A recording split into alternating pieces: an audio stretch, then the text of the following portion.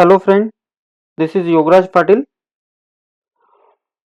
Last video में हमने cover किया था टेनेंट वाला पार्ट, राइट। हमने देखा था कि how to create tenant, what is the purpose of tenant, और जो बाय डिफॉल्ट टेनेंट है इन सब का क्या क्या रोल और रिस्पॉन्सिबिलिटीज है, वो सारी चीजें हमने डिस्कस की थी लास्ट लेक्चर में। ओके, सो अब इस आज के लेक्चर में हम डिस्कस करेंगे कि टेनेंट साइड से मुझे और क्या क्या कॉन्फ़िगरेशन है जो लगता है। Okay, so first of all मैं एक टेनेंट क्रिएट कर लेता हूँ।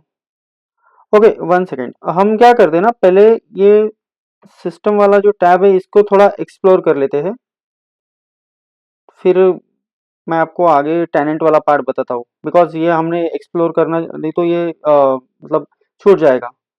सो डैशबोर्ड वाला ये जो दिख रहा है आपको फ्रंट स्क्रीन, तो सिस्टम के अंदर ये मल्टीपल जो आपको यहाँ पे दिख रहे हैं सब टैब,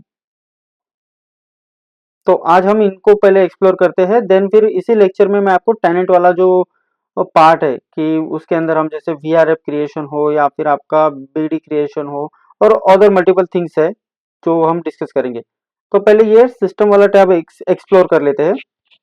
ओके, सो डैशबोर्ड पे अगर मैं क्लिक करूँ तो मुझे ये डैशबोर्ड दिखता है जैसे मैं लॉग इन करता हूँ, राइट। सो आप इस डैशबोर्ड पे तो हम आई थिंक फर्स्ट या सेकंड लेक्चर पे डिस्कस कर चुके हैं कि this is showing health related all the device health related alert and tabs all this things, right. So यहाँ पे देख सकते हैं आप राइट साइड बॉटम पे कि एपिक का ये स्टेटस दिखाएगा यहाँ पे।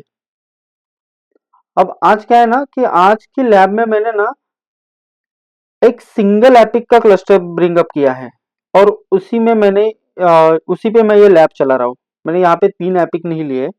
सो जस्ट ये हमारा एक कंट्रोल पैनल है, राइट, मतलब ये सॉरी कंट्रोल प्लेन है मेरा ये लैब, मतलब यहाँ पे ना ही कोई डेटा प्लेन चलता है, तो इसलिए मुझे कोई दिक्कत नहीं है ये हैंडल करने में। ठीक है, सो आप देख सकते हो कि मेरे पास एक एपिक है जिसका ये टेप एड्रेस है 10.0.0.1 और ये इन सर्विस है। उसका ऑपरेशनल स्टेट जो है वो अवेलेबल है और हेल्थ स्टेटस है फुल्ली फिट। ठीक है, तो डैशबोर्ड पे तो हमें ये सब चीजें मिल जाती है। देन अगर मैं कंट्रोलर पे, यहाँ पे जो कंट्रोलर सेकंड टैब सिस्टम के अंदर सेकंड सब tab that is a controller, अगर मैं उस पर क्लिक करूँ तो मुझे क्या क्या ऑप्शंस आते हैं। तो यहाँ पे मेरे पास एक ऑप्शन है टोपोलॉजी, जहाँ पे मुझे मिलता है एक ग्राफिकल रिप्रेजेंटेशन ऑफ एपिक और लीफ कनेक्टिविटी का।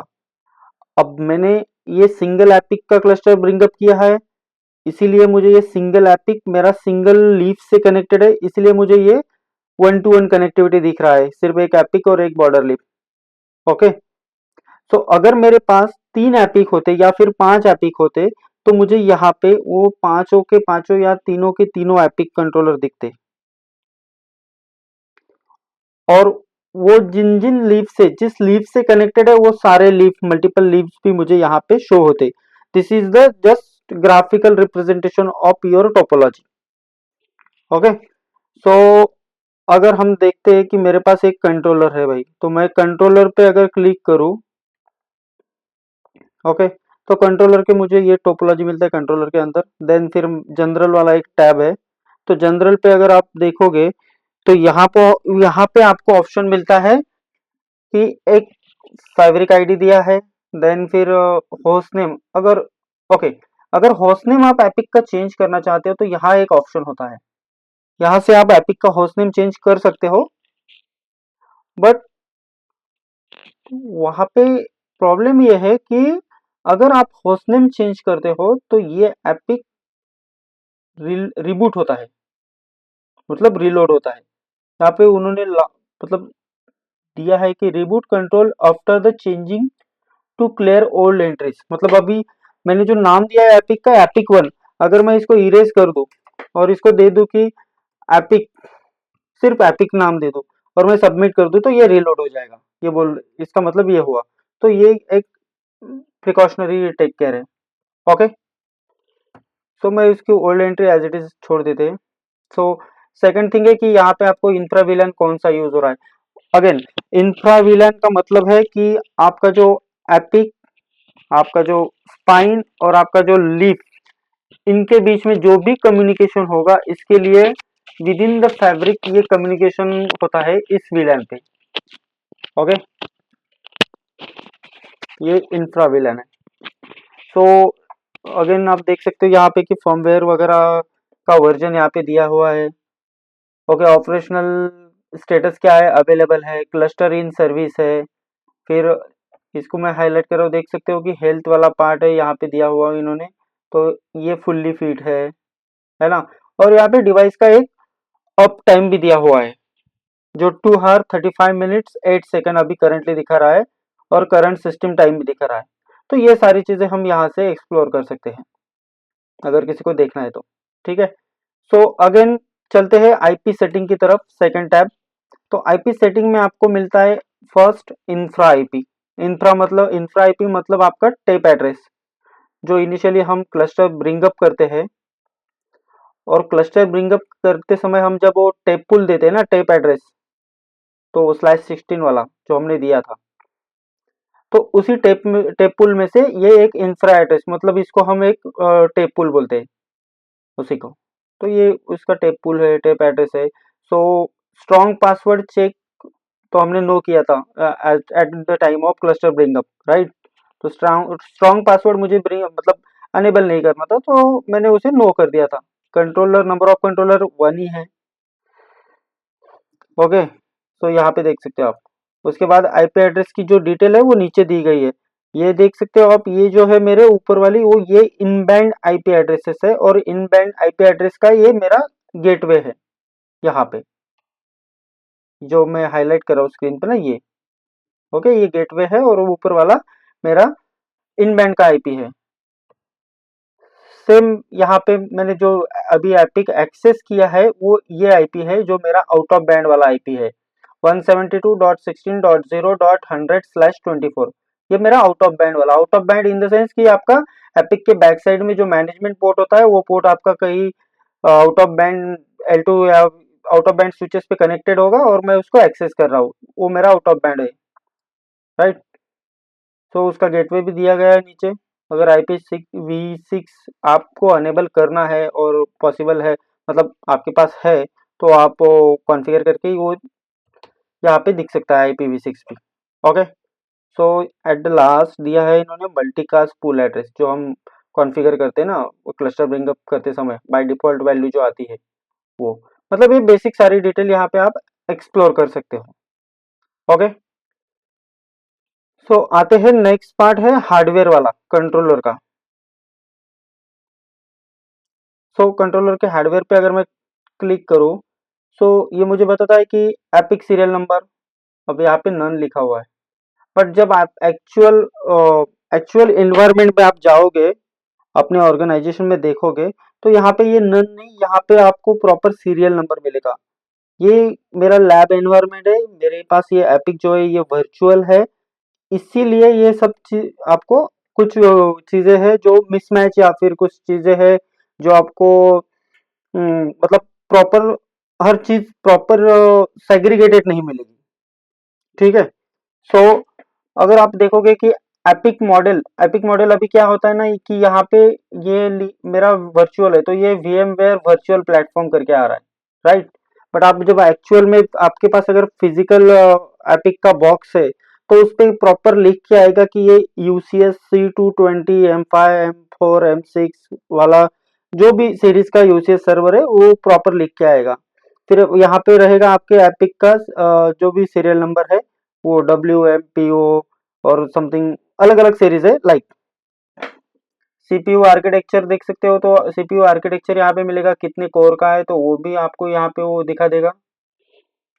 देन आते हैं CPU मॉडल अभी यहाँ पे ये इंटेल का है, बट अभी लास्ट रिसेंटली मैंने जब अपने यहाँ पे देखा था, तो शायद AMD भी अभी सिस्को को ये CPU प्रोवाइड कर रहा है। तो सिस्को के कुछ एपिक कंट्रोलर ऐसे हैं जिनके साथ AMD भी टाइप है, तो AMD का भी अभी मिल रहा है। तो आप देख सकते हो अलग अलग, मतलब इंटेल के साथ अभी CPU इसका भी आ रहा है, AMD का।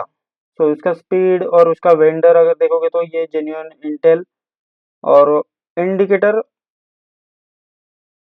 एलईडी ऑफ करके है। ओके, सो ये जो एक्चुअली इंडिकेटर एलईडी ऑफ है, ये बैक साइड में एक ब्लू कलर का लाइट होता है जो हम डिवाइस हाईलाइट करने के लिए या फिर डिवाइस शो करने के लिए यूज किया जाता है। तो यहाँ से उसको ऑन ऑफ किया जाता है। यहाँ पे अगर देखोगे आप कि LED indicator turn on, LED indicator, तो मैं इसको अगर टर्न ऑन कर दूं और एस कर दूं तो वो उसका स्टेटस दिखाता है कि टर्न ऑन है। मतलब वो एक्चुअल में ऑन होगा उस डिवाइस के बैक साइड में जाके अगर आप देखोगे तो वो ब्लिंक होता है वैसे, या फिर वो मतलब ऑन हो जाता है। तो ये सारी चीजें यहाँ पे आप जनरल में देख सकते हो। सो अगेन क्लिक करते हैं तो फॉल्ट पे, तो यहाँ पे अगर कोई फॉल्ट रेज हुआ है पोर्ट अप डाउन का कॉन्फ़िगरेशनल मिसमैच वाला, तो वो सारी चीजें आप यहाँ पे देख सकते हो। यहाँ पे ओपन कर करके इनको चेक की जा सकते हैं। ठीक है, हिस्ट्री में आपको सारी जो भी कुछ हिस्ट्री होगी, जो फॉल्ट क्लियर हो चुके होंगे वो फिर क्लियर होने के बाद वो फिर आपकी हिस्ट्री में चले जाएंगे। ठीक है, कुछ इवेंट्स है ओपन तो वो यहाँ पे दिखेंगे, और ऑडिट लॉग चाहिए तो आप यहाँ से ले सकते हो। ऐसे अलग अलग ऑप्शंस यहाँ पे हमारे पास अभी अवेलेबल है। ठीक है, सो नेक्स्ट है मेरा cluster as seen by node. Okay, तो मैं अगर इस पे क्लिक करता हूँ तो मुझे ये दिखाएगा कि मेरे पास एक्टिव कंट्रोलर कितने हैं। यहाँ पे एक्टिव कंट्रोलर विथ उसके होस्ट नेम, टेप एड्रेस और उसका करंट स्टेटस। और अगर हमारे पास कोई स्टैंड बाय एपिक है तो आप यहाँ से उसको देख सकते हो, स्टैंड बाय एपिक को।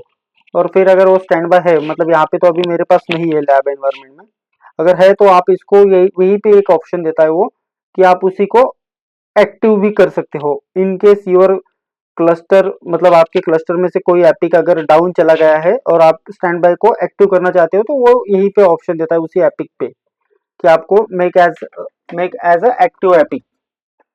ओके,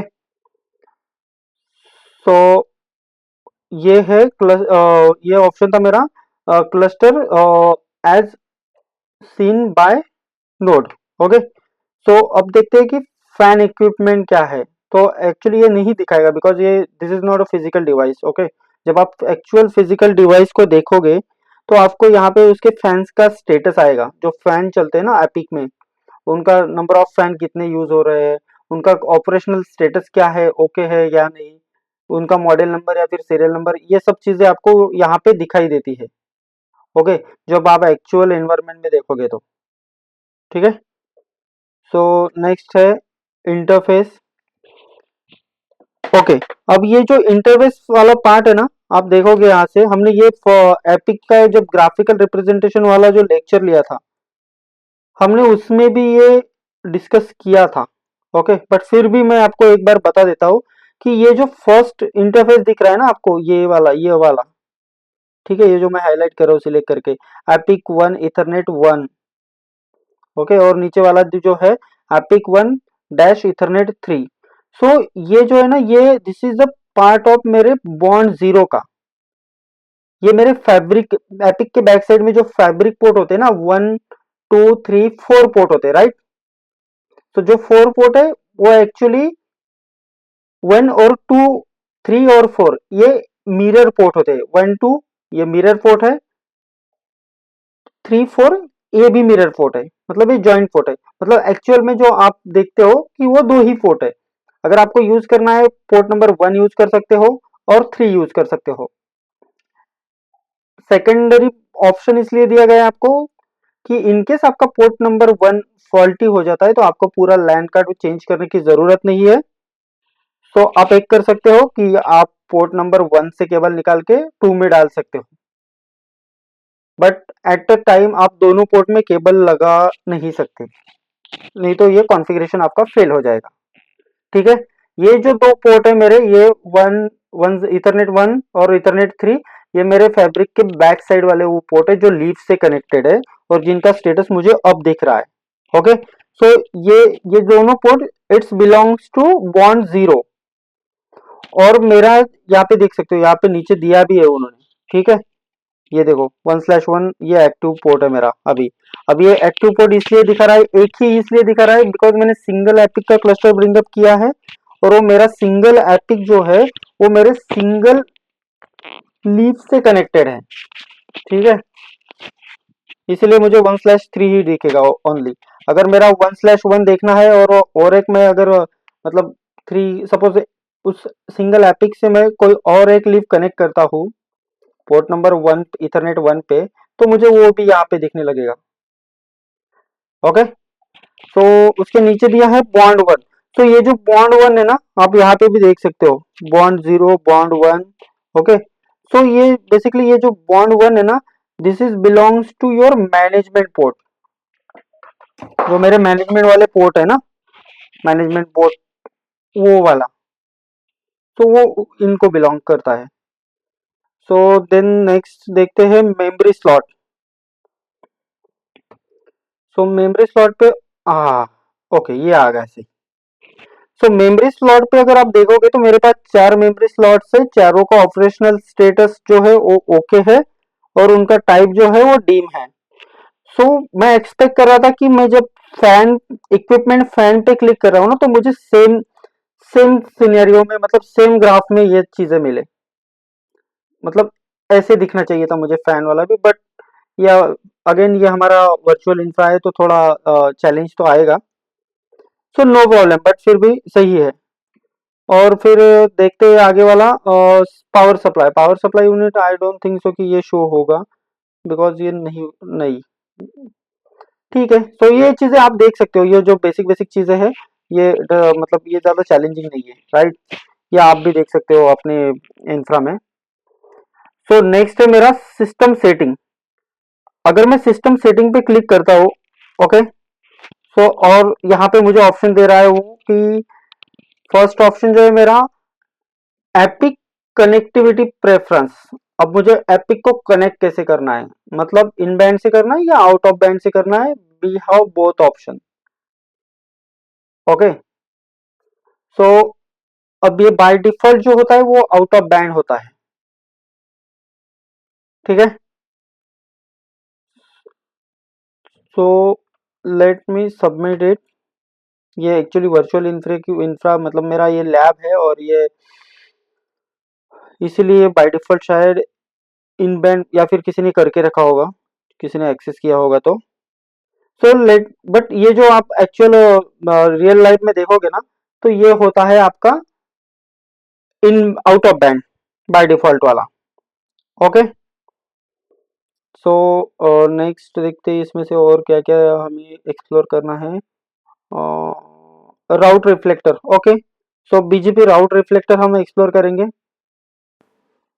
ओके, सो बीजीपी राउट रिफ्लेक्टर अब हम एक्सप्लोर करेंगे। तो बीजीपी राउट रिफ्लेक्टर होता क्या है, इसका पर्पस क्या है और ये किस लिए यूज हो रहा है और क्यों कॉन्फ़िगर करना चाहिए और क्या कॉन्फ़िगरेशन करेंगे हम as a BGP route reflector में। सो फर्स्ट ऑफ ऑल मैं आपको बता दूं कि ये बीजीपी राउट रिफ्लेक्टर जो है ये it is a method for distributing the external route within the fabric. अगर आप मतलब आउटसाइड फैब्रिक से कोई राउट्स आ रहे हैं, अंदर कोई ट्रैफिक आ रहा है, ठीक है, तो उसे फैब्रिक में डिस्ट्रीब्यूशन के लिए हमें स्पाइन को एज अ राउट रिफ्लेक्टर मतलब ऑटोनॉमस सिस्टम का नंबर जो भी होगा आपके, तो वो as a spine route reflector work करेगा। सो यहाँ पे यूज होगा आपका राउट डिस्ट्रीब्यूशन के लिए जो प्रोटोकॉल यूज होता है वो है आपका एमपीबीजीपी। ओके, सो हम ये पॉलिसी कैसे कॉन्फ़िगर करते हैं वो दिखाता हूँ मैं आपको। तो यहाँ पे अगर आप देखोगे कि यहाँ पे लिखा है ऑटोनॉमस सिस्टम नंबर, तो आपको यहाँ पे अपना ऑटोनॉमस सिस्टम नंबर देना पड़ेगा। सपोज फॉर एग्जांपल मैं एक रैंडम नंबर डाल देता हूँ 65,035। ओके, ये मेरा ऑटोनॉमस सिस्टम का नंबर है, ठीक है। सो यहाँ पे मुझे राउट रिफ्लेक्टर ये जो डोमेन आईडी वगैरह ये सब चीजें आप डिफॉल्ट भी यूज करते हो तो डजेंट मैटर, ठीक है। ओके, ओके, सो ये जो राउट रिफ्लेक्टर है नोड यहाँ पे दिया हुआ, तो मैं क्या करूंगा कि राउट रिफ्लेक्टर स्पाइन को एज ए राउट रिफ्लेक्टर में कॉन्फ़िगर करूंगा। तो यहाँ पे जो प्लस साइन दिख रहा है उस पर मैं क्लिक करने के बाद स्पाइन 1 को मैं सिलेक्ट कर रहा हूँ। ओके, यहाँ पे ऑप्शन है मेरे पास स्पाइन 1 SP1, ठीक है। अब मेरे पास फैब्रिक में एक ही स्पाइन है इसीलिए मुझे वो एक ही दिखाएगा, सिर्फ ड्रॉप डाउन करके उसे सिलेक्ट करना है और सबमिट करना है। सो मेरा जो स्पाइन है वो यहाँ पे आ जाएगा as a work as a route reflector. और मैंने क्या क्या किया है इसमें, एक ऑटोनॉमस सिस्टम नंबर लिया अपना, अपने ऑटोनॉमस सिस्टम का जो मैंने यहाँ पे मेंशन कर दिया है। ओके, और स्पाइन को सिर्फ यहाँ पे नोड में या प्लस साइन पे क्लिक करके उसको सिर्फ ड्रॉप डाउन की लिस्ट में सिलेक्ट कर लिया, जैसे यहाँ पे हमने किया। ओके, यह हमने अगेन दोबारा किया इसलिए वो एरर दे रहा है, बट वो ऑलरेडी सबमिटेड है ऐसा बोल रहा है। ठीक है, सो अगर आपके पास सेकंड स्पाइन है तो उसको भी यहाँ पे ऐड कर लेना है एक साथ, and just click on submit. So ये हो गया आपका route reflector configuration. So again बताता हूँ आपको कि it is a method for distributing the external route within the fabric. और ये जब होता है, मतलब ये जो डिस्ट्रीब्यूशन होता है, तो ये डिस्ट्रीब्यूशन के लिए जो प्रोटोकॉल यूज होता है वो आपका MPBGP प्रोटोकॉल यूज होता है। ये याद रखना है, this is very important for the interviews perspective. Okay, so next चलते हैं कंट्रोल प्लेन। कंट्रोल प्लेन ये तो एक्चुअली मेरा बाय डिफॉल्ट वैल्यू है, बट अगर आपको कुछ चेंजेस चाहिए तो यहाँ से वो सेट कर सकते हो। मैं जस्ट आपको ये दिखा रहा हूँ कि कॉन्फ़िगरेशन क्या करना है, कैसे करना है। जो डिफॉल्ट वैल्यू है उनको हम नहीं छेड़ रहे। ओके, कूप ग्रुप, अगेन ये जो ग्रुप ग्रुप है यहाँ पे मेरा ऑलरेडी स्पाइन आ जाएगा, बिकॉज फाइनली जो मेरा स्पाइन प्रोक्सी या फिर स्पाइन डेटाबेस है वो तो स्पाइन के पास ही रहेगा, राइट। सो ये जो कूप है, कूप इन द सेंस कि आपका काउंसिल ऑफ ओरेकल प्रोटोकॉल, जब जब भी आपका स्पाइन और लीफ के बीच में कम्युनिकेशन होता है रिलेटेड टू एंड पॉइंट, मतलब फॉर एग्जांपल मेरे पास एक लीफ है, जिस लीफ पे मैं एक एंड पॉइंट कनेक्ट करता हूँ, तो वो लीफ क्या करता है, उस एंड पॉइंट का एक एंड पॉइंट टेबल बनाता है। उसे हम लोकल LST भी बोलते हैं, लोकल स्टेशन टेबल। सो वो जो एंड पॉइंट टेबल बनाता है ना लीफ, तो वो एंड पॉइंट टेबल की जो इंफॉर्मेशन होती है, यानी कि पूरा एंड पॉइंट टेबल, वो लीफ को स्पाइन को एडवर्टाइज करता है। कौन करता है? लीफ। अगेन वापस बताता हूँ, मैं एक एंड पॉइंट कनेक्ट कर रहा हूँ लीफ पे, लीफ क्या कर रहा है, उसका एक एंड पॉइंट टेबल बना रहा है, उसकी एंट्री कर रहा है अपने एंड पॉइंट टेबल में, और सेम एंट्री वो अपडेट कर रहा है स्पाइन को कि मेरे पास ये न्यू लर्निंग आई है, राइट। सो वो जो कम्युनिकेशन होता है ना, वो कम्युनिकेशन होता है आपके कूप प्रोटोकॉल पे, council of Oracle protocol. Okay, so next यहाँ से आप देख सकते हो कि यहाँ पे आपको डेट वगैरह टाइम रिलेटेड वो जो भी आपको सेटिंग्स करनी है, लाइक ये आपका ये लोकल टाइम फॉर्मेट है, UTS है, जो भी है, ठीक है। Control control and point control में क्या है, एंड पॉइंट कंट्रोल अगर आप लूप डिटेक्शन वाला पार्ट अनेबल कर रहे हो, तो लूप डिटेक्शन इंटरवल जो है वो बाय डिफॉल्ट वैल्यू आप देख सकते हो यहाँ पे 60 है, और लूप डिटेक्शन मल्टीप्लिकेशन फैक्टर वाला बाय डिफॉल्ट वैल्यू जो है वो 4 है। अगर आपको इन वैल्यू को कोई चेंजेस करना है तो वो आप मतलब end point loop protection enable कर सकते हो। बाय डिफॉल्ट यूज करना चाहते हो वैल्यू तो भी ठीक है। अगेन एक्शन आपकी पोर्ट डिसेबल पे है या फिर BD लर्न डिसेबल पे है, वो भी हमारे पास दो ऑप्शन है। ओके, सेम तरह से मेरे पास एक रोग्यू एंड पॉइंट ऑप्शन है, अगर मैं इसे अनेबल करता हूँ तो क्या करता है ये कि रोग्यू एंड पॉइंट डिटेक्शन जो इंटरवल है उसका एक वैल्यू है बाय डिफॉल्ट 60 सेकेंड। अच्छा, ये जो वैल्यू है ना, ये वैल्यू एक्चुअली मेरी सेकेंड्स में है। ओके, और ये डिटेक्शन मल्टीप्लिकेशन फैक्टर वाला 6। बट अगर कोई रोगी एंड पॉइंट मुझे लर्न हो रहा है या फिर हिट हो रहा है, तो उसका होल्ड टाइमर जो है वो 1800 है, ये भी सेकंड में है। ओके, अगेन नेक्स्ट क्या है, आईपी एजिंग।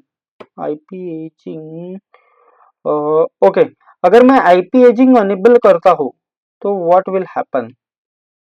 ओके, सो अगर आईपी एजिंग में अनेबल करता हो तो ये आईपी एजिंग करता क्या है कि ये मॉनिटर करता है और एज करता है किसको, unused IP on the and point. जो भी एंड पॉइंट पे अनयूज आईपी है उनको ये मॉनिटर करेगा और एज करेगा, मतलब लाइक ट्रैक करेगा मतलब उन आईपी अनयूज आईपी एड्रेसेस को ये ट्रैक करेगा on the basis of what, by sending the ARP request, okay, by sending the ARP request at set interval.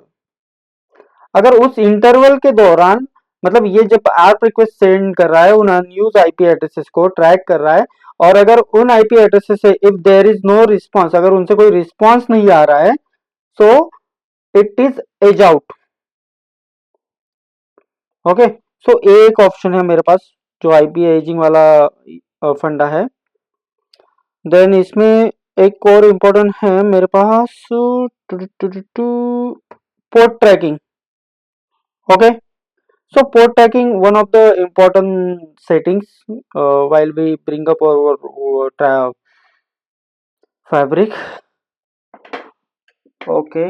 So अब यहाँ पे आप देख सकते हो पोर्ट ट्रैकिंग अगर मैं अनेबल करता हूँ तो क्या होगा। यहाँ पे डिले रिस्टोर टाइम 120 सेकेंड है, number of active fabric port that trigger the port tracking. Suppose मैं यहाँ पे जीरो ही कर देता हूँ, नो प्रॉब्लम, और मैं इसको ऑन करके सबमिट करता हूँ, तो इसका मतलब क्या होगा। इसका मतलब ये है अगर मैं पोर्ट ट्रैकिंग अनेबल करता हूँ तो ये डायरेक्टली वर्क करेगा और रिफ्लेक्टेड होगा on the leaf side, directly leaf पे। मतलब यहाँ पे मैंने कॉन्फ़िगर किया है 0 और मैं पोर्ट ट्रैकिंग को अनेबल कर रहा हूँ, ओके। तो होगा ये कि मेरे जो भी लीफ और स्पाइन की बीच में जो कनेक्टिविटी है उसको मैं अपलिंक बोलता हूँ लीफ साइड से, राइट। मेरे जो अपलिंक पोर्ट है लीफ पे, अगर वो दोनों अपलिंक पोर्ट मेरे डाउन हो जाते हैं तो मेरे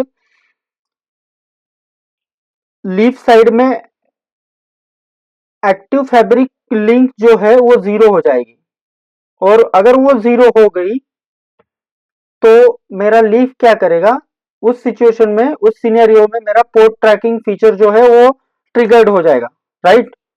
तो उस सिनेरियो में क्या होता है, लीफ सारे डाउनलिंक पोर्ट को शट कर देता है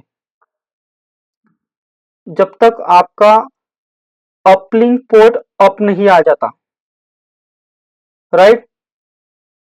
वापस एक बार बताता हूं, this is very important feature. और ठीक है, मेरे स्पाइन के साथ सपोज मेरे पास एक स्पाइन है और एक स्पाइन है और एक लीफ है, सॉरी 2 स्पाइन है और एक लीफ है।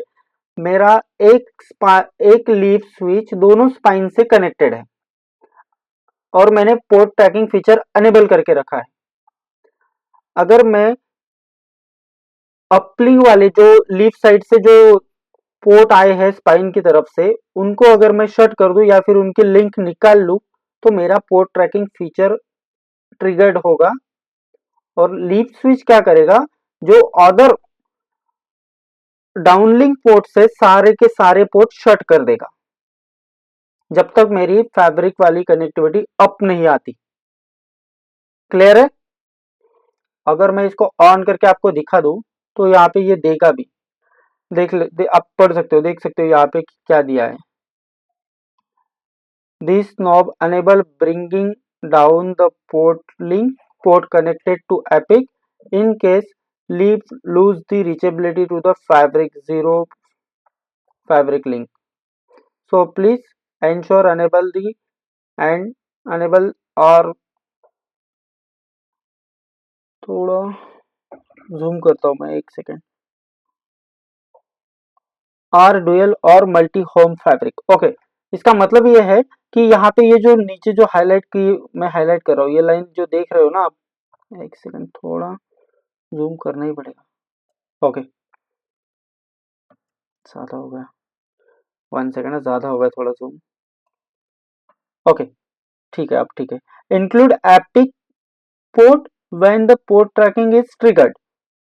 इसका मतलब ये है अगर मैं इसको अनेबल कर रहा हूँ, टिक मार्क कर रहा हूँ, पोर्ट ट्रैकिंग अनेबल ऑन कर रहा हूँ और ये ऑप्शन सिलेक्ट कर रहा हूँ, तो इसका मतलब ये होगा कि सपोज मेरे पास, जैसे मैंने आपको बताया कि मेरे पास दो स्पाइन है और एक लीफ है, और मेरे पास एक लीफ जो एक एपिक है अभी क्लस्टर में, वो एक एपिक मेरे उसी लीफ से कनेक्टेड है। उस सिचुएशन में अगर मेरा पोर्ट ट्रैकिंग फीचर ट्रिगर्ड होता है और मैं ये ऑप्शन सिलेक्ट कर चुका हूं, मतलब मैंने ये ऑप्शन सिलेक्ट करके सबमिट कर दिया है, और उसके बाद अगर मेरा पोर्ट ट्रैकिंग फीचर ट्रिगर्ड होता है, तो इसका मतलब ये होगा कि जहां पे मेरा एपिक कनेक्टेड है वो पोर्ट भी, उस लीफ का वो पोर्ट भी शट होगा। अंडरस्टैंड? अगर मैं इस पोर्ट को अनसिलेक्ट करता हूं और इसको सबमिट कर दूंगा, और इसके बाद अगर मेरा पोर्ट ट्रैकिंग फीचर ट्रिगर्ड हो रहा है, तो मेरे सारे डाउनलिंक पोर्ट शट होंगे एक्सेप्ट वो पोर्ट जहां पे मेरा एपिक कनेक्टेड है। क्लियर है? ओके। सो अब इस सिस्टम सेटिंग वाले टैब में मेरे पास और क्या है एक्सप्लोर करने के लिए, आपको बताने के लिए, और एक ऑप्शन है जो सिस्टम एलियस, और एक बैनर वाला। ओके। सो यहाँ पे देख सकते हो आप कि कंट्रोलर CLI बैनर। सो यहाँ पे जो बैनर, मतलब जब आप एपिक का कंट्रोलर का CLI लोगे, SSH करोगे पुट्टी थ्रू, यूजिंग पुट्टी और सुपर पुट्टी, तो उस पे जो भी कुछ लिख के आएगा, लाइक जैसे मैं यहाँ पे लिख रहा हूँ ना, ये सब लिख के आएगा। जैसे अब मैं यहाँ पे लिख रहा हूँ this is the Cisco system, तो ये लिख के आएगा उस CLI पे। अगर आप स्विचेस का ले रहे हो और मैं यही लाइन यहाँ पे भी कॉपी कर लूँ और यहाँ पे नीचे वाले टैब में अगर पेस्ट कर दूं, तो मुझे ये दोनों, अगर आप कंट्रोलर का CLI लो या फिर स्विचेस का लो, तो दोनों पे वही लाइन दिखेगी जो आप यहाँ पे लिखोगे। ओके। सो ये सब चीजें यहाँ पे है। ओके। सो अब चलते हैं गाइस, मैं आपको ना ये जो टैब, ये जो सिलेक्टेड इंफॉर्मेशन बता रहा हूँ ना, ये नेसेसरी इंफॉर्मेशन है। ये बहुत फ्रिक्वेंटली यूज होने वाली, मल्टीपल जगह, मल्टीपल ऑर्गेनाइजेशन में, मल्टीपल एनवायरनमेंट में यूज होने वाली सेटिंग्स है एपिक की। कुछ जो सेटिंग, अगर मैं आपको सारा ACI बताऊं ना, तो मैं 2 साल बताता रहूंगा तो भी ये खत्म नहीं होने वाला है। ठीक है। सो जो फ्रिक्वेंटली यूज होने वाली जो सब सेटिंग्स है ना, वो सब चीजें हम यहाँ पे एक्सप्लोर कर रहे हैं। परफेक्ट है। ओके। तो नेक्स्ट टैब है मेरे पास स्मार्ट लाइसेंसिंग वाला। तो स्मार्ट लाइसेंसिंग में क्या होता है कि एक्चुअली जब आप ये सिस्को के साथ वगैरह वो डील होती है डिवाइसेस की, प्रोजेक्ट की, तो एक स्मार्ट अकाउंट क्रिएट किया जाता है, CCOID। तो वो सब मतलब स्मार्ट अकाउंट, तो उसके थ्रू आप अपने आपके सारे डिवाइसेस वगैरह का स्टेटस वगैरह ये सब चीजें ट्रैक करने में आपको हेल्प होती है। तो वो स्मार्ट लाइसेंसिंग आपको यहाँ पे एनेबल करनी पड़ती है। जैसे कॉन्फ़िगर, जैसे यहाँ पे एक्चुअली देख सकते हो आप कि यहाँ पे ऑलरेडी सेटिंग करके वो शायद मेरे लैब में कॉन्फ़िगर्ड है, बट फिर भी अगर आप ये थोड़ा बियॉन्ड स्कोप है, बट अगर आप चाहते हो कि ये करना है या फिर इसके बारे में जानना है, तो सिंपली आप इसको ओपन कर सकते हो, कॉन्फ़िगर नेटवर्क सेटिंग, और फिर यहाँ पे आपका स्मार्ट लाइसेंसिंग का जो मोड है, जो टाइप है, वो आप सिलेक्ट कर सकते हो। ये डिपेंड करता है what organization you are. Okay. उसके बाद यहाँ पे आपको एक टोकन आईडी जनरेट किया जाता है, या फिर वो टोकन आईडी होता है, वो आपको डालना पड़ेगा। ये डिपेंड करता है कि आपका ऑर्गेनाइजेशन कौन सा है, आपने CCOID कौन सा आप बनाया है, और आपने कौन सा CCOID यूज किया है, उस उसी पे शायद ये टोकन आईडी आपको रिसीव होता है। ओके। सो ये इतना मतलब इम्पोर्टेंट वाला पार्ट तो नहीं है, ठीक है फिर भी। ओके। तो फॉल्ट है, तो फॉल्ट में आप देख सकते हो कि आपको यहाँ पे सारे जो भी सिस्टम में फॉल्ट जनरेट होते हैं, लाइक आपके फिर एनवायरमेंटल फॉल्ट हो, ऑपरेशनल फॉल्ट हो, या फिर कॉन्फ़िगरेशनल रिलेटेड जो भी कुछ फॉल्ट रहेंगे, ओके, थ्रेशोल्ड वाले, वो सारे फॉल्ट आपको यहाँ पे मिलेंगे। कुछ चीजें जो क्लियर हो जाती है सिस्टम से, मतलब जो फॉल्ट है या फिर जो भी फॉल्ट, पास्ट हिस्ट्री वाला फॉल्ट रिकॉर्ड होता है, वो आपको हिस्ट्री वाले इस टैब में मिल जाएगा। तो यहाँ से देख सकते हैं आप कि यहाँ पे वो आपको फॉल्ट रिकॉर्ड दिखा रहा है, उसके बाद इवेंट रिकॉर्ड, जो भी इवेंट रिकॉर्ड हुए वो सारे दिखाएगा। देन आप अगर ऑडिट लॉग देखना चाहते हो तो आपके पास यहाँ पे ऑडिट लॉग का भी एक ऑप्शन है, सेशन लॉग है, एंड देन लास्ट वाला जो है वो हेल्थ लॉग है। तो अगर आप इनको मतलब यहाँ से एक ऑप्शन भी है डाउनलोड का शायद मेरे पास, यस राइट। आपको अगर ऑडिट लॉग चाहिए और आप चाहते हो कि मैं ये ऑडिट लॉग डाउनलोड कर पाऊँ तो भी यस वी कैन डाउनलोड। तो अगर मैं डाउनलोड कर पाऊँ, अगर आप चाहते हो एक्सएमएल या फिर जेसन फॉर्मेट तो मैं एक्सएमएल चूज करके इसको सिंपली डाउनलोड भी कर सकता हूँ, और आप देख सकते हो कि ये नीचे मेरे पास ये फाइल डाउनलोड हो चुकी है। ओके, सो उसके बाद मेरे पास एक लास्ट ऑप्शन है जो एक्टिव सेशन वाला ऑप्शन है। मतलब आपके पास जो अगर मल्टीपल यूजर है और लॉगिन कर रहे हैं तो आप एज अ एडमिन उन सबको ट्रैक कर सकते हो कि भाई किसने लॉगिन किया है कब कब से, कौन कौन से यूजर ने लॉगिन करके रखा है। तो ये मेरे पास ये मैंने एडमिन से किया है। अगर आप मल्टीपल यूजर क्रिएट कर देते हो L2 L1 या फिर आपके read write read only user के हिसाब से, तो यहाँ पे आप उनका ट्रैक देख सकते हो कि भाई कौन कौन लॉगिन करके बैठा है और कब से लॉगिन करके बैठा है। ये है मेरे डेट और टाइम जब से मैंने लॉगिन किया है। ओके, तो सिक्योरिटी वाला मेरा लास्ट टैब है। तो इसमें कुछ खास नहीं है सिक्योरिटी वाला, ये फीचर वैसे भी यहाँ पे अनेबल नहीं है। तो ये ईपीजी लेवल की जो सिक्योरिटी होती है वो उसके लिए ये शायद फीचर्स है जो कि यहाँ पे अभी भी अनेबल नहीं है। तो नो वरीज। सो अभी हमने सिस्टम वाला tab A to Z explore कर लिया है। इसके रिगार्डिंग अगर आपको कुछ भी, किसी को भी कुछ भी डाउट्स है सो यू आप कमेंट करके बता सकते हो। सो नेक्स्ट मैं जाता हूँ जो हमने पेंडिंग छोड़ा था, टेनेंट वाला पार्ट। ओके, सो अब हमारा एक्चुअल जो लास्ट वीक में हमने छोड़ा था वो है ये टेनेंट वाला पार्ट। तो आप बाय डिफॉल्ट टेनेंट के बारे में ऑलरेडी हमने बात कर चुके हैं हम, राइट। तो मेरे पास कॉमन, इंफ्रा और मैनेजमेंट, ये सारे बाय डिफॉल्ट टेनेंट आते हैं जो अपॉन द इंस्टॉलेशन ये टेनेंट मेरे पास क्रिएट होते हैं। ठीक है, सो ये सारा बाय डिफॉल्ट इंफ्रा, जो बाय डिफॉल्ट सेटिंग्स या फिर बाय डिफॉल्ट कॉन्फ़िगरेशन है जो मेरे पास ये क्रिएटेड है।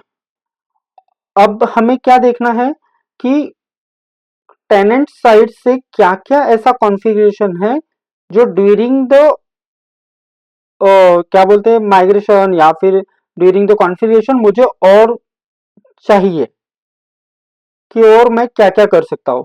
सो लास्ट टाइम हमने एक टेनेंट क्रिएट किया था, सो वापस मैं सेम टेनेंट क्रिएट कर लेता हूँ। क्रिएट टेनेंट पे क्लिक करके मैं यहाँ पे अब देख सकते हो, आप ध्यान से देखना क्या क्या कैसे कैसे क्रिएट करता हूँ।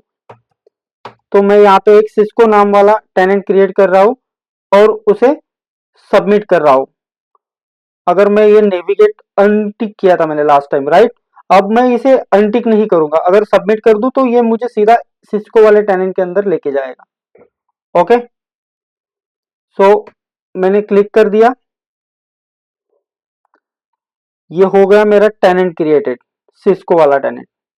ठीक है, अब मैं क्या करूंगा, इस सिस्को के टेनेंट के अंदर मुझे क्या क्या ऑप्शन एक्सप्लोर के लिए मिलेंगे वो सब हम आज एक्सप्लोर करेंगे, और कुछ जो चीजें हैं वो क्रिएट करनी है तो वो भी हम आज क्रिएट करेंगे। ओके, सो अब मैंने क्या किया है, एक सिस्को टेनेंट क्रिएट किया है। सो फर्स्ट ऑफ ऑल मैं क्या करता हूं कि मैं ना नेटवर्किंग के अंदर जो नेटवर्किंग स्टफ्स है, जो नेटवर्किंग टर्म्स है वो पहले हम क्रिएट करेंगे। सो हम पहले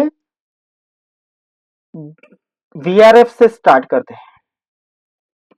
तो मैं फर्स्ट ऑफ ऑल मैं आपको ये बता दूं कि L3 आउट और L2 आउट अब इस लेक्चर में हम नहीं कवर करेंगे। L2 आउट इट्स ये बहुत रेयरली और माइग्रेशन वाले सिनेरियो में यूज होने वाला टर्म है, बट L3 आउट इस लेक्चर में मैं आपको नहीं कवर करूंगा बिकॉज इसको आने में अभी हमें और एक दो वीक्स है, क्योंकि ये एक स्पेशल टॉपिक है और मैं इसके ऊपर एक सेपरेट वीडियो बनाऊंगा। अब हम स्टेप बाय स्टेप जाएंगे कि मुझे कॉन्फ़िगरेशन कैसे बनाना है, और टैब बाय जो आप देख रहे हो ना, ये सारे टैब बाय टैब हम एक एक टैब एक्सप्लोर करेंगे, एक एक चीज एक्सप्लोर करेंगे ताकि फिर आपको एक बेटर अंडरस्टैंडिंग मिले।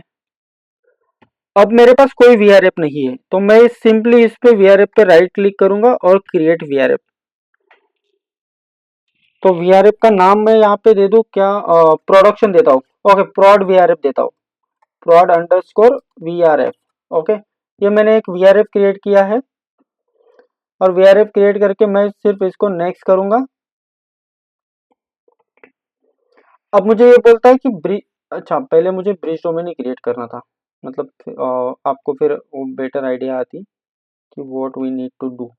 ठीक है, कोई बात नहीं। मैं पहले ब्रिज डोमेन पे राइट क्लिक करूंगा, ब्रिज डोमेन क्रिएट करूंगा। ओके, तो मैं यहाँ पे ब्रिज डोमेन क्रिएट करता हूँ। सपोज मैं एक ब्रिज डोमेन क्रिएट कर रहा हूँ, बी डी वीलैन, एक मिनट, बी डी वी एल मतलब वीलैन 10 का एक ब्रिज डोमेन क्रिएट कर रहा हूँ। ठीक है, और मैं इसको नेक्स्ट करूंगा। फिर उसके बाद ये बोलता है कि यूनिकास्ट राउटिंग अनेबल रखनी है, तो अब फिलहाल मैं नहीं अनेबल रखूंगा इसको। Okay guys, one more thing, ये जो सेटिंग कर रहे हैं ना हम, इसके बारे में मैं आपको और एक बात बताता हूँ। जस्ट पहले एक क्रिएट कर लेते हैं इसको। ठीक है, और इसको फिनिश करते हैं। ओके, अब आप स्क्रीन पे देख सकते हो कि मैंने ये ब्रिज डोमेन क्रिएट कर लिया है। ठीक है, अब ये ब्रिज डोमेन को मैं ओपन जब करूँ, इस पे डबल क्लिक करके और पॉलिसी पे क्लिक करता हूँ, तो मुझे ये सारे ऑप्शन आ रहे हैं, देख सकते हो आप यहाँ पे। इसको थोड़ा और नीचे लेते हैं। ओके, एडवर्टाइज होस्ट राउट, देन उसके बाद फिर आप देख सकते हो यहाँ पे L2 अननोन यूनिकास्ट में ये हार्डवेयर प्रॉक्सी करके रखा है। ठीक है, यहाँ पे मेरे पास अनेबल मतलब क्लिक करने के लिए मल्टीपल ऑप्शन है। यहाँ पे देख सकते हो L3 अननोन मल्टीकास्ट फ्लडिंग, यहाँ पे IPv6 L3 मल्टीकास्ट है ना। फिर अगर और नीचे आते हैं तो यहाँ पे आर फ्लडिंग अनेबल करके रखा है। तो ये जो सारी सेटिंग्स है ना, ये सेटिंग, इसके ऊपर ना मैं एक लेक्चर बनाऊंगा। इसको बोलते हैं हम ब्रिज डोमेन फॉरवर्डिंग कंपोनेंट। इसका मतलब यह है कि अगर मैं L2 अननोन यूनिकास्ट को फ्लड रखता हूं तो क्या होता है, तो मेरा ब्रिज डोमेन क्या बिहेव करेगा, मेरे एंड पॉइंट क्या वर्क करेंगे। मैं अगर ब्रिज L2 अननोन यूनिकास्ट को फ्लड रखता हूं तो मेरा स्विच जहां पे ये ब्रिज डोमेन इंस्टॉल्ड है, जहां पे ये ब्रिज डोमेन कॉन्फ़िगर्ड है, तो उसका वर्क कैसा रहेगा, तो वो करेगा क्या अगर फ्लड रखे तो। अगर मैं हार्डवेयर प्रॉक्सी रखेगी तो उस सिनेरियो में उसका वर्क क्या रहेगा। सो इस ये ना, ये मैं प्रॉपर रिप्रेजेंटेशन के साथ आपको ये बताऊंगा। अभी के लिए आप सिर्फ ये देखो कि ब्रिज डोमेन क्रिएट कैसे करते हैं। ठीक है, सो ब्रिज डोमेन क्रिएट कर लिया मैंने, राइट। सो इसको मैं अभी क्लोज कर रहा हूँ ब्रिज डोमेन वाले पार्ट को, और मैं जाऊंगा अभी वीआरएफ पे। मैं क्लिक करूंगा, राइट क्लिक करके क्रिएट वीआरएफ। ठीक है, और यहाँ पे दूंगा मैं, ये प्रोडक्शन का वीआरएफ है मेरा, तो prod VRF। Okay, so production VRF हो गया। उसके बाद मैं नेक्स्ट करता हूँ। फिर ये मुझे पूछ रहा है ब्रिज डोमेन। ओके,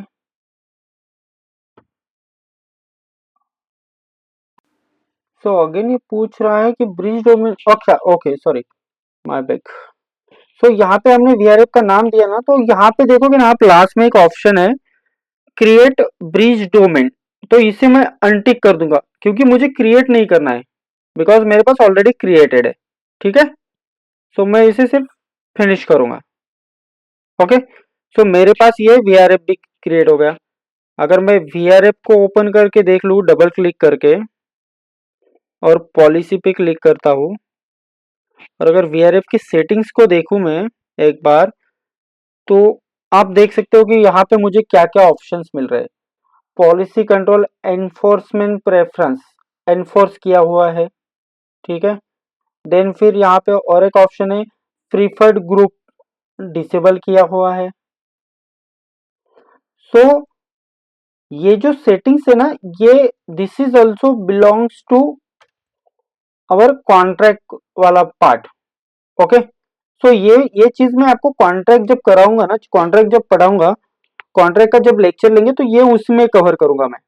ठीक है, बिकॉज अगर मैं अभी इसको बताने जाऊँ ना तो ये बहुत लंबा लेक्चर होगा और ये फिर मतलब ट्रैक, हम ऑफ ट्रैक हो जाएंगे।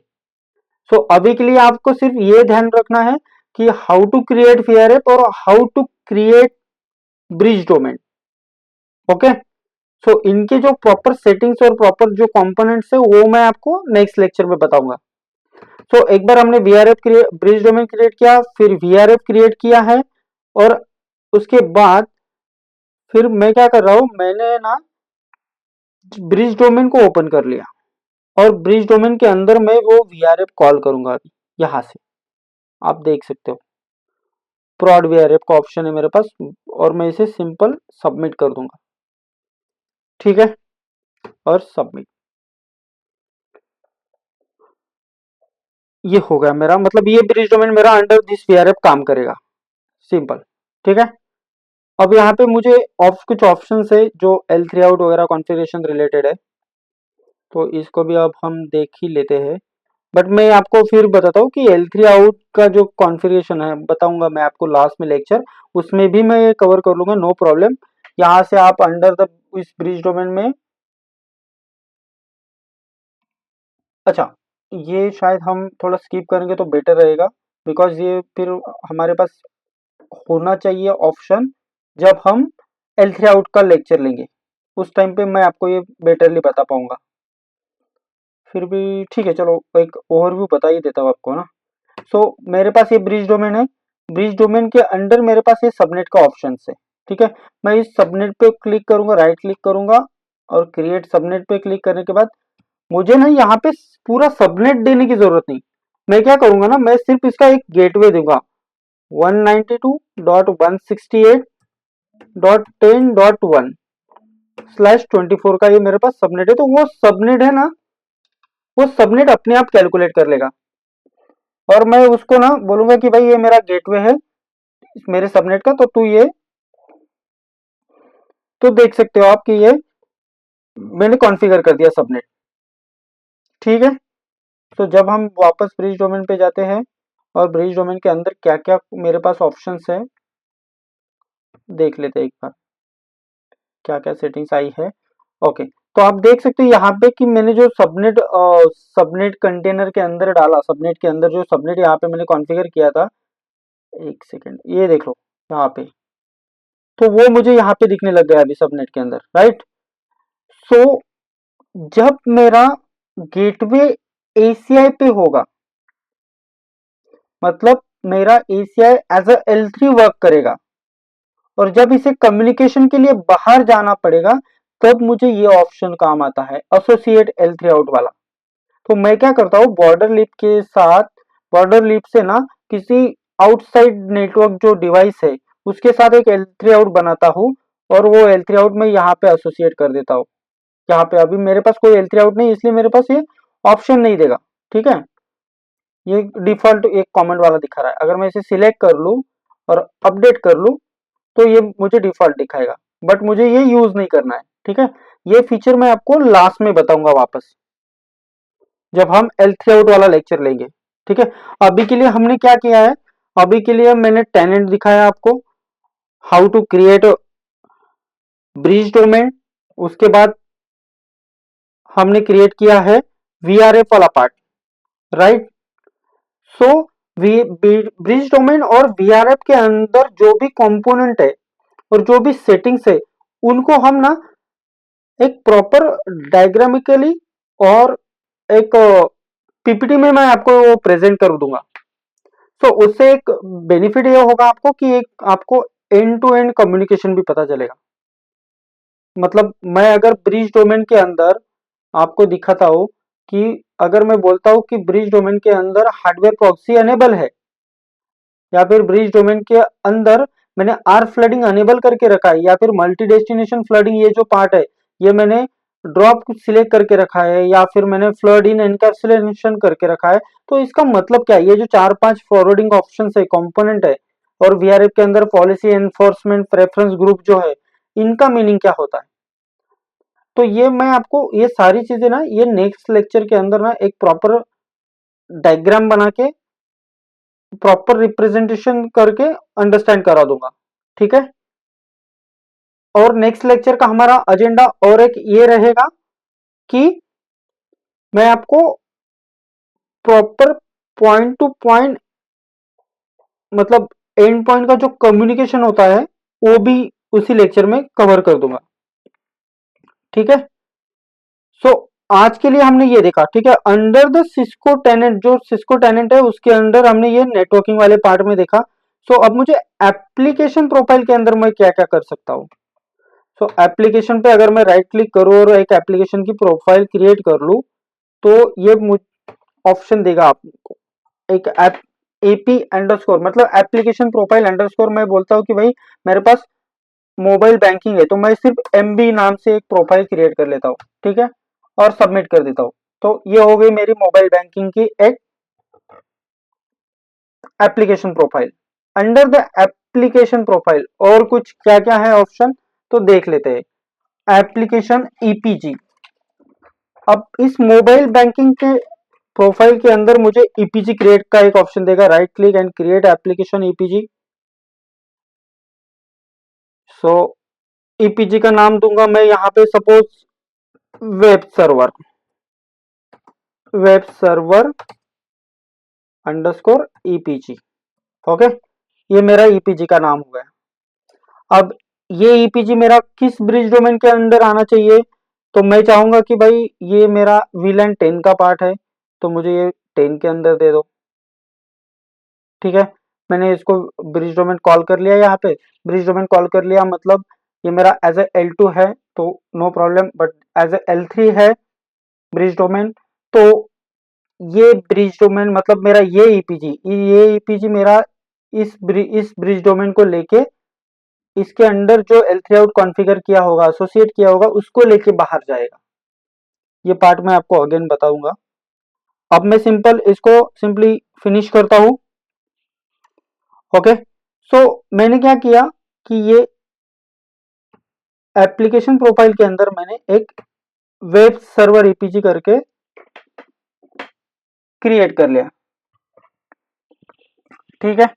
सो वेब सर्वर ईपीजी मैंने क्रिएट कर लिया। अगर हम एक बार चेक कर लेते हैं कि पॉलिसी के अंदर क्या क्या ऑप्शंस मिल रहा है एक्सप्लोर करने के लिए ईपीजी को, तो ईपीजी के अंदर आप देखोगे तो यहाँ पे आपको मिलेगा इंट्रा आई ईपीजी आइसोलेशन है, यहाँ पे ये प्रीफर्ड ग्रुप है। अगेन दिस प्रीफर्ड ग्रुप ना this is also belongs to the contract वाला पार्ट, ओके। तो सब्जेक्ट लेबल वगैरह ये सब ये कॉन्ट्रैक्ट रिलेटेड थिंग्स है कुछ आपकी। सो बेसिकली ईपीजी जब ईपीजी क्रिएट हो गया ना तो ईपीजी के अंदर और क्या क्या है वो चीजें मैं आपको दिखाता हूँ। यहाँ पे आप अपना डोमेन प्रेफर्ड कर सकते हो, यहाँ से डोमेन ये सब मैं आपको करके दिखाऊंगा। ये सब हम टैब बाय टैब, मतलब मैंने पहले सिस्टम टैब बताया, उसके बाद आपको टेनेंट बताया, उसके बाद फैब्रिक बताया। जैसे जैसे हम आगे बढ़ेंगे ना वैसे वैसे आपको एक अंडरस्टैंडिंग आएगी कि हम कर क्या रहे हैं और कैसे एसीआई का कॉन्फ़िगरेशन स्टेप बाय स्टेप करना है, ओके। तो स्टैटिक पोर्ट तो मैं आपको यहाँ से पोर्ट कॉन्फ़िगरेशन होगा, बट वो अभी अभी करंटली आपको नहीं दिखा पाऊंगा बिकॉज उसके लिए मुझे स्विच प्रोफाइल वगैरह पॉलिसीज ये सारी चीजें आपको दिखानी पड़ेगी, देन फिर हम इसको देखेंगे।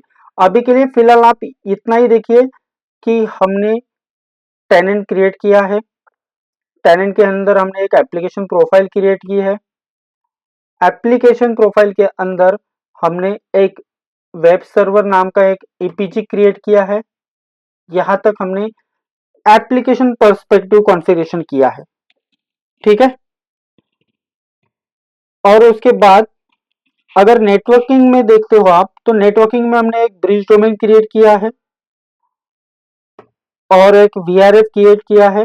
ये हमने नेटवर्क पर्सपेक्टिव से कॉन्फ़िगरेशन किया गया, ठीक है। तो गाइज आज के लिए आई थिंक इतना काफी है। तो आज का कॉल हम आज का लेक्चर यहीं पे रैप अप करते हैं। तो एक बार इसको आप थोड़ा एक्सप्लोर कर लो, देख लो ठीक से सिस्टम्स में हमने क्या क्या ऑप्शन एक्सप्लोर किए हैं और टेनेंट वाले पार्ट में हमने क्या क्या देखा है। सो नेक्स्ट लेक्चर में आपको ना ये पॉलिसी वाला पार्ट फैब्रिक वाले टैब पे दिखा दूंगा थोड़ा, इसको एक्सप्लोर करेंगे। इसके अंदर फिर मेरे पास इन्वेंटरी है, फैब्रिक पॉलिसीज क्या क्या कॉन्फ़िगरेशन है, उसके बाद एक्सेस पॉलिसीज है।